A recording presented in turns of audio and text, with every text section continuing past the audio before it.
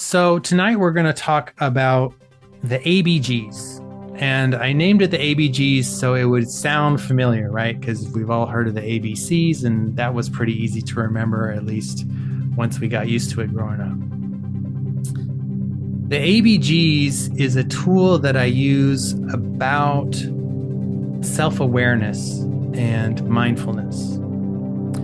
And it came about when I noticed for myself first that I was disregarding a lot of the things that were coming to me, like a lot of us do, right? At some point, we have a feeling, we have a thought, or we notice some sort of pattern, and we just decide to not deal with it because it's too much in that moment, or we don't want to deal with it, and then we do something else, like go have a drink, go binge watch a bunch of stuff on Netflix, go exercise for 2.5 hours, or whatever it is to kind of just escape that feeling.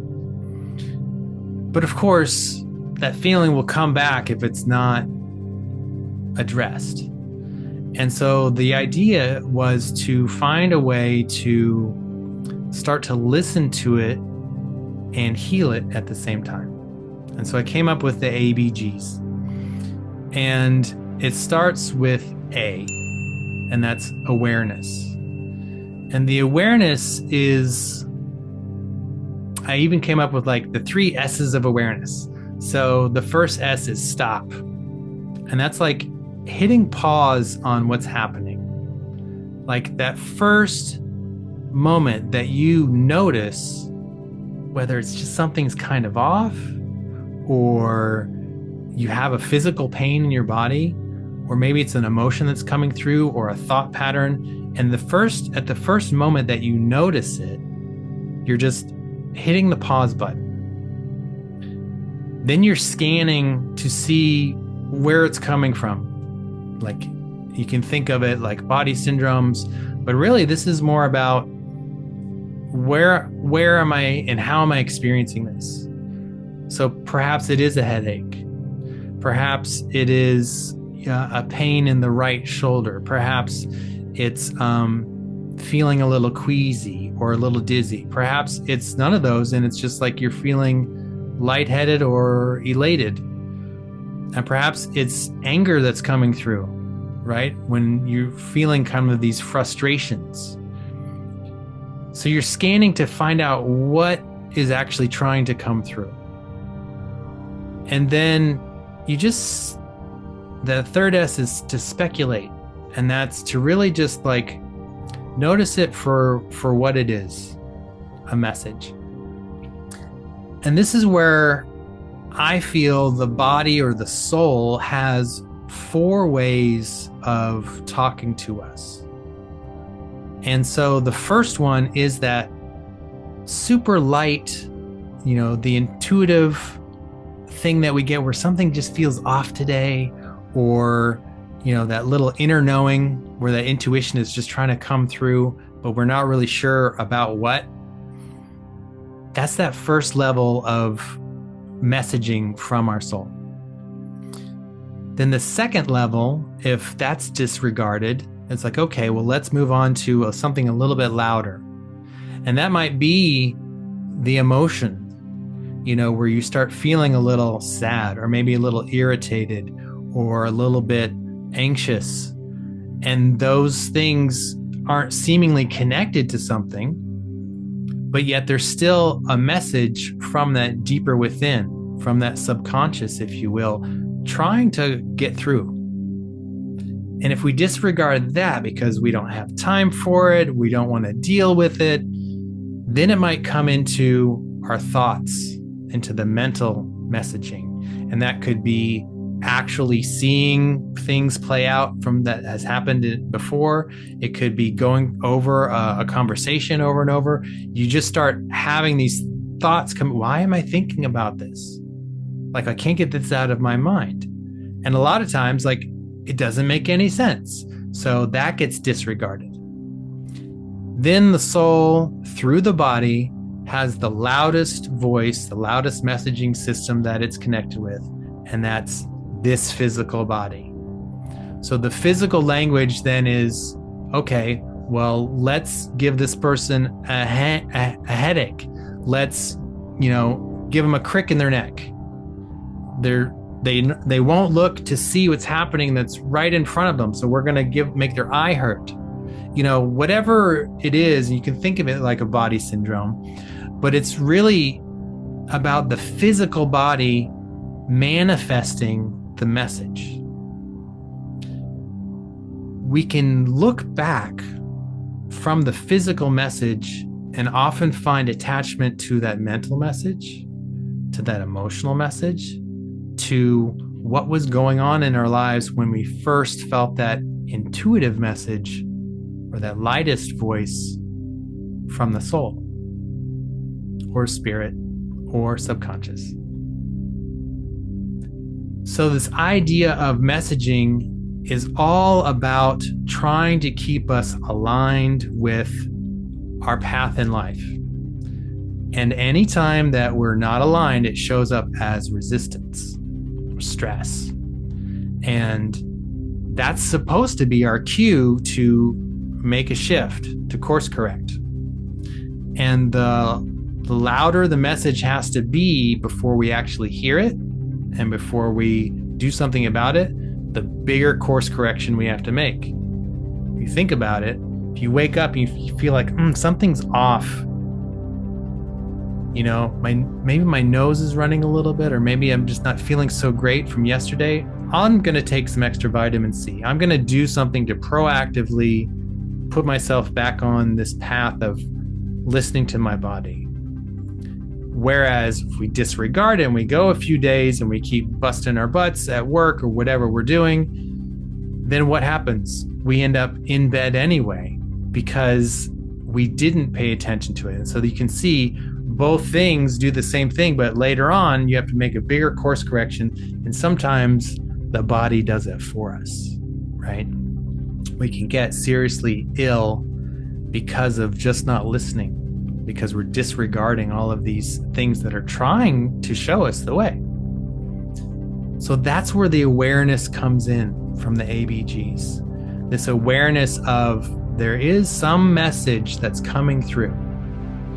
And the first easiest way to notice is that physical message because it is the loudest, it's the most recognizable. You can take that moment to just scan the body and see where you feel it. And then what do you do about it, right? How do you fix it? Here's the beauty of it. You don't have to know why it's happening. You don't have to know when it started necessarily. All you have to do is tune in. And when we have that awareness, we move to B, which is breathe. Now, when we're breathing, it's happening all the time. Luckily, we don't have to think about it. Otherwise, that could be problematic. When we take a conscious breath, two main things are happening. One, it's bringing us to the present moment. This present moment of the now. And if you've heard of like the new quantum physics theories of having particles that are actually existing in two places at once or in different parts of the universe at once, this same thing is happening when we are consciously thinking about all these regrets that we have from the past, all these things that we wish we could have done differently, or all this worry and anxiety about the future. Is it ever going to change? Is it going to get any better? Is this going to happen again? That's putting parts of us in our timeline stretched out across from the past to the future. And so when we take this conscious breath, it's bringing all of those pieces back so we are whole in this one particular time. The second thing it does, it puts us in control of our life. Literally. You have inspiration, which is the very first breath to inspire, to breathe life into, that happens when we are now independent from our mother, right? That's when we go from, we are now using our own system versus everything was through this umbilical cord. Inspiration. The very last thing when we leave this world is expiration, to breathe the life out of. So if you have inspiration and expiration at the front and end of the life, then this cycle of breath is a reflection of that. Not only that, having control of this life force, we can actually control different parts of our physical body with it. If we start getting really anxious and our heart's beating faster and we feel in this fight or flight mode, we can't tell our heart, calm down, calm down, calm down, slow, slow, slow. But we can take a nice deep breath in and then a slow exhale out. That signals to the body, okay, we're safe. And the heart rate will slow down. And if for another reason, we're trying to get amped up to do a big run or do a big thing, we can breathe really fast and it gets our heart rate going and it gets everything moving really fast. We have that control over a system that otherwise cannot be controlled. So there's a lot of power in the breath, but having control over something in our lives when a lot of times our lives seem out of control is something that we can always rely on because we have it, because we have that conscious ability to take that breath in, hold it for as long as we want to, and decide how fast, how slow, how prolonged that exhale is. Full control. And it brings us to that present moment right after we've had an awareness of something that is affecting us, some message that's trying to come through. And so then we get to G, which is gratitude. Now, gratitude is not gratitude for, oh, I've got this pain in my eye. I'm so thankful. Thank you for this pain in my eye. The gratitude is for taking this moment to love and respect my own body, my own inner knowing enough to listen. Because that's what's constantly happening. Every day of our lives, we're constantly getting these messages from our body, from the soul, from the spirit, from the subconscious. And most of the time, we're so busy doing everything else that we're not listening. So when we start to have gratitude for it and just say, thank you. Thank you for this irritation that I'm feeling right now. Taking that breath and truly having thanks and feeling into it, we'll notice a few things happen. As we become more relaxed in that moment, whatever was happening gets acknowledged and it diminishes in some level. And then we can cycle through again. Look at the A of the awareness of, well, what does it feel like now? And if it's someone that is on that emo side, maybe it's a very high and it goes down to a high, or maybe it goes to a medium high and then to a medium, and then it goes all the way down to a low, and then maybe it's like, I don't know if I'm feeling it or not. Because you can just keep going through and keep going through and keep going through, each time taking that breath, or maybe a couple breaths, each time giving thanks. And sometimes, if you really want to try to figure it out, you can move into, what was I just doing? What was I just experiencing? What was I just thinking about before this came upon me? And that's when that true healing starts to take place, back to the core of whatever was going on. And so that's, in a nutshell, what the ABGs are. This mindfulness to be aware of these messages that are coming in all these different levels from the body, from the soul, from the spirit, from the subconscious, to really help course correct us to be on this path of alignment. And you might say, well, how do I know if I'm on this path? How do I know if I'm aligned? Well, one, you'll experience less resistance to things in your life. And two, you'll feel like you're in the flow of things. you can equate it to someone tells you, like, there's this spot up the river that I think you'll really love, but you got to go upriver to get there. And you're like, okay, well, if you think I really love it, I'm going to try and get there. And so you're paddling, you're working your butt off, and you're busting your knuckles on the side of the boat with that oar, and it's taking forever, or it's really frustrating. You're not getting there, but you still see it. Whereas you could also look down the river. If you're looking down the river, you might spot a bunch of different things. And if you're going down the river, all you have to do is make tiny little movements with that same paddle. You don't have to work so hard because you're in this natural flow to get to something beautiful.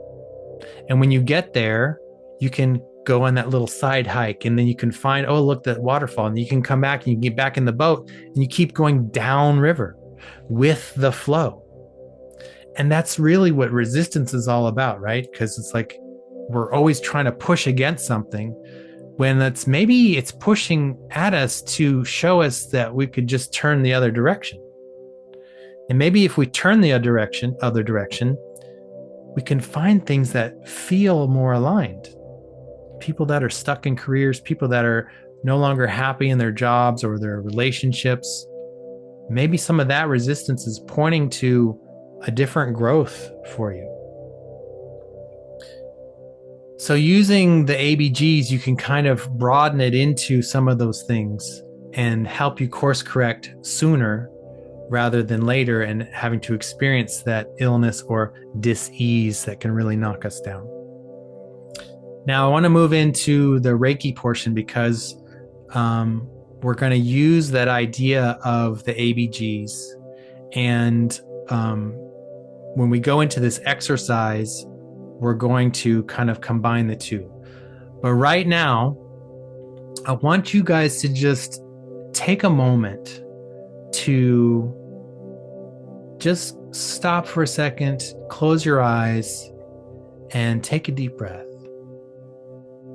And just breathe in, and when you do, feel those shoulders start to drop on that exhale. Feel any tension in the mouth and the jaw to just become loose and limp. And then from the top of the head, just start to scan down through the body and see if you can find any area that is trying to send you a message. And perhaps for some of you, it is a thought. Perhaps for some of you, it is a physical sensation. Or perhaps you're feeling it and it's showing up as a color or an emotion somewhere in the body. And just feel into that as you scan down from the top of the head, down across and through the forehead, in between the ears, making your way down to the neck. How does that throat feel? Does it feel tight? Does it feel like there's a little lump in the throat? Or is it smooth and relaxed? How are the shoulders feeling? Is there any tension in the shoulders? One shoulder versus the other? Upper back, the arms, the elbows. Our joints are places where oftentimes a lot of energy can get stuck. And sometimes it gets stuck because we have some past traumas or experiences that were overwhelming at the time, and it had to go somewhere. And the joints or the bends that we have in our bodies are easy places for it to just kind of nestle in. So check out those places. As you move down, do you feel this ache in the chest that's more of an emotional ache? Or does it feel bright and open? Perhaps you feel a color or a different sensation, a coolness or a tingling. These are all these messages, ways of messaging and speaking with different languages from that body, from that subconscious, to try and be heard. As we make our way all the way down the spine, to whatever we're sitting on and how it feels to be supported. And in that support, instead of feeling like we're being pulled down by gravity, perhaps we're being lifted up by the earth. Because we're sitting on a chair, or we're sitting on a sofa, or sitting on a bed.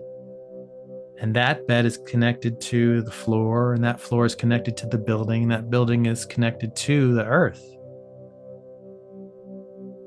So we can feel this support and this lifting up from deep below, from this other celestial body, of which we are of the same, right? We're all stardust. We all came somehow, some way from the stars. We have iron in our blood, just like the sun.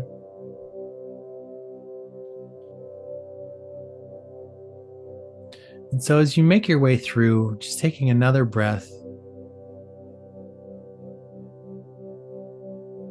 this breath being that conscious breath,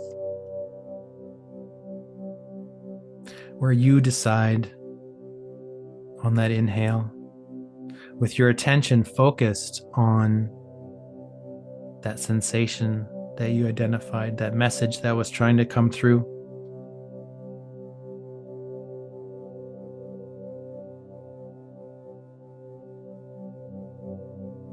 And then just giving some love and some thanks just for the message, just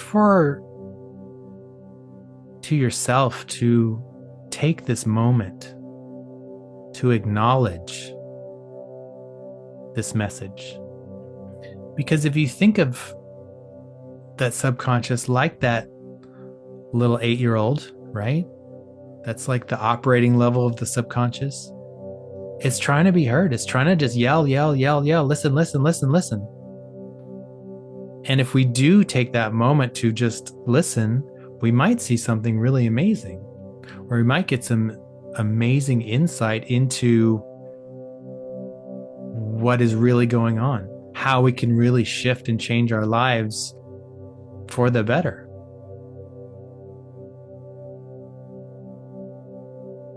And so as we move into this practice of Reiki, I want to just go over the important features of Reiki. And these features are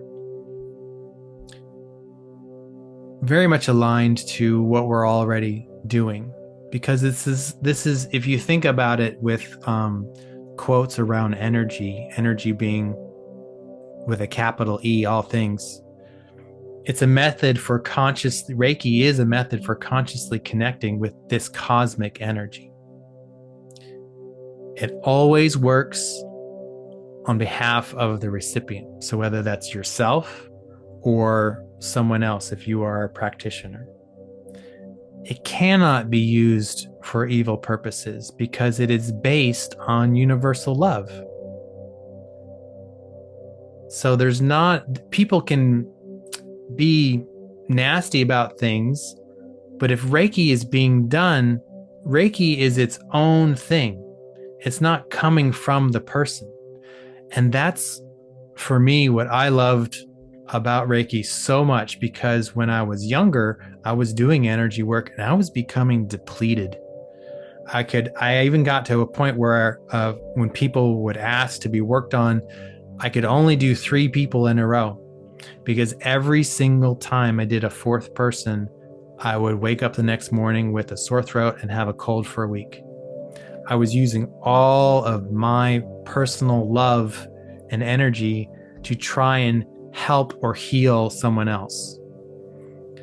When I finally found Reiki and found out that it was a channeling, just like a conduit of source of this universal love, I could do person after person after person after person, And I would feel better and better and better, because if you think about it, if you're a conduit and it's flowing through you, well, you're receiving it too. So after a session, I would feel this amazing relaxation and almost be in this trance state. And so would they. And then I would go into the next session and I'm just like, all right, here we go. It can almost make you high in that wonderful sense of just being completely relaxed. There's no restriction to what Reiki can be used for, but it is important to know that it is not a replacement for medical attention. And just like with modern science, if I break my arm, I'm not going to do Reiki to heal it.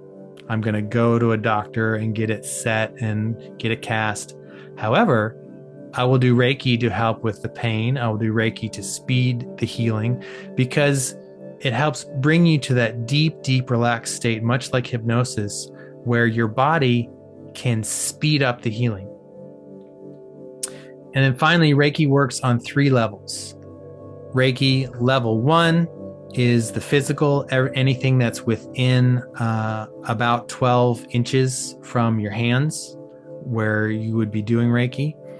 Then Reiki level 2 is a mental and emotional Reiki, but when you get to level 2, there is this component of space and time where distance does not matter. Once you have a bridge and a connection to someone, it's as if they're right in front of you. You don't have to be in front of them to get the same experience, for them to get the same experience. And instead of just working on physical things, which, as we know, is a symptom of something deeper, we're also working on a mental and emotional component. And then the third level of Reiki, or Reiki level 3, is this level of the soul, of karma and karmic things that are beyond just this iteration in this human body right now. It goes beyond from before we came here and then continues on after us. So really great for dealing with these things that you have no explanation for, these family cords or these things that you have been going on for generations.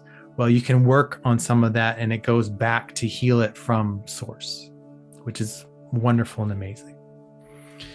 So with this capital E, what is this energy? It's everything we see, including our bodies, the air we breathe. It's comprised of vital, dynamic energy. It's all around us. It's throughout this room that I'm in, the building and houses and places where you are, the city, the country, the world, even through the universe and beyond. Life energy moves.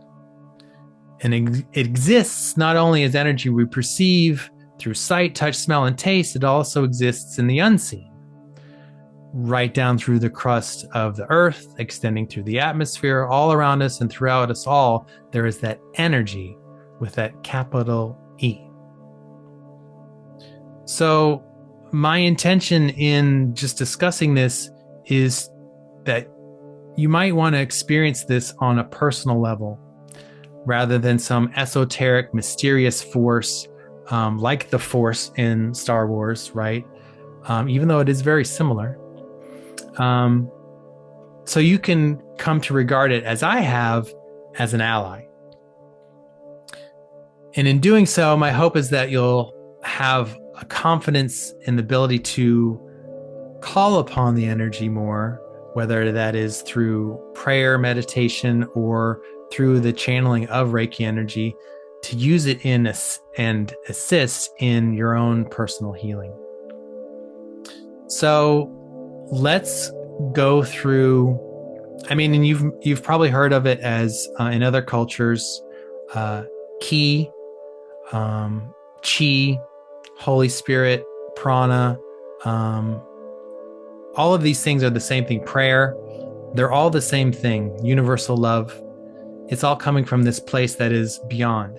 Now, to break it down for the word Reiki, Rei, and this is a Japanese term, Rei, you can think of a ray of sun. That is the energy of source, of the cosmos. It's the out there energy. Ki, that's your personal energy. That's where you have that muster to like get up and go do, that drive, that thing that like keeps you going when, you know, all things are going wrong. You have that little bit to move forward. That's your inner personal energy coming from that core and that solar plexus. That's what drives you. And so this idea of Reiki is a combination of the two, where it flows from source through you as a practitioner and then out your hands if you're just doing a level 1, or just to the other person or to yourself. So now we are going to experience what this feels like. So, and you can stand up if you want, but this is just get to where you can have your hands free from things around you where you're not going to hit them, and then ability to place them on your lap. Because we're going to go through this little exercise and it's super fun and it's really cool to play with the energy, to really feel it. And then we're going to, like I said, connect with that feeling that we had from the ABGs, that message, and really dive into how we can use that with Reiki to give it some extra love and attention. So first, just like start shaking your hands like you got a whole bunch of water on them and you're just trying to get it off. And then after you've shaken them for a little while, shake, just flick your fingers. Like you're just flicking little bits of that water off the fingertips, then go back to shaking them again. Shake, and then flick. And after you do that for about a minute or so, and we're almost there. So you're flicking and you're shaking. You're just kind of energizing the hands, getting some blood flowing in there, getting some energy going, flicking, shaking. And now just rest your hands, palms facing up on your lap. And just close your eyes and take a few moments to focus on the sensations in your hands. And just start to deepen your breath slightly, because that might have gotten you a little worked up with all that movement and energy. But just focus on those sensations in the hands. Feel, if you can, the pulse in your fingertips.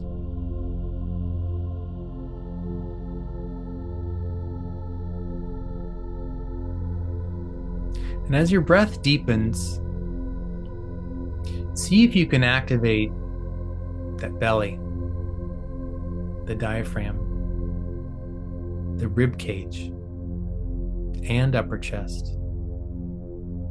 Breathe deep into the belly, and then fill your upper chest with air at the top of your inhalation. See how much you can relax then with each exhalation as you do this double inhalation. And as you're breathing, imagine a light at the core of your being. As you breathe in, let the light pulse a little brighter. When you exhale, let that pulse dim just a little bit. You can even give it a temperature or assign a color to the sensations in that inner core where this ball of light is. With each breath, imagine this energy filling your chest and shoulders. Feel it flow down the arms and into your palms. Notice light and warmth filling your chest cavity, your rib cage, your arms, your hands. And now rest your awareness in and around your hands. Feel the air touching your palms, fingers, and thumbs. Feel the outline of your hands and the space between your fingers. And when you're ready, gently lift your hands off your body just enough to release them into the air. Then let them be perfectly still.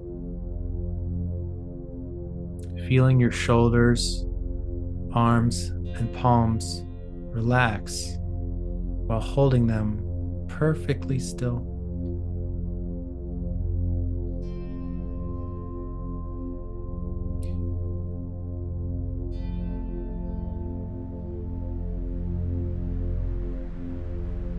Then, as slowly as possible, almost imperceptibly, lift your hands. Feel the smallest movement in your awareness as you continue to lift your hands. See how much you can slow down. Imagine the molecules of air rolling between your fingers.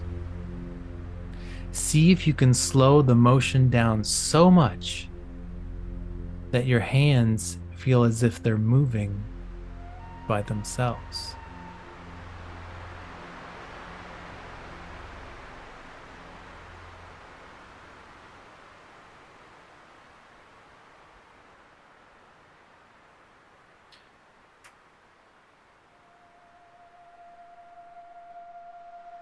And when it feels right, start to turn your palms toward each other. As your hands start to come together ever so slightly, pulse them ever so slowly. Imagine, if you can, the edges of the energy field between your hands. You may feel as if you're holding a ball of pulsing energy, or as if your hands were the same poles of a magnet, pushing each other apart by some unseen force. Your mind is relaxed and also aware, witnessing the flow of sensation into your hands. For the next few moments, let your hands move naturally and your mind observe the smallest details of sensation. Play with that feeling of this energy field or this ball that you have in between your hands. And go back to that area of the body or those sensations that you felt through the ABGs. When you did that scan,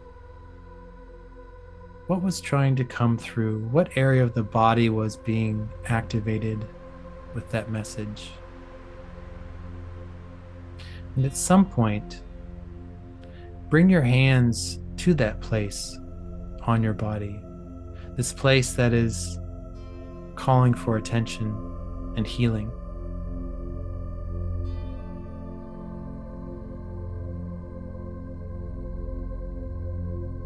And in your own time, once you feel like you've played with the energy and made that connection to that area of the body, allow your hands to come to rest in your lap and just sit for a few moments in silence, connecting with this experience of being present, this experience of moving this healing energy to a place that was truly asking for it.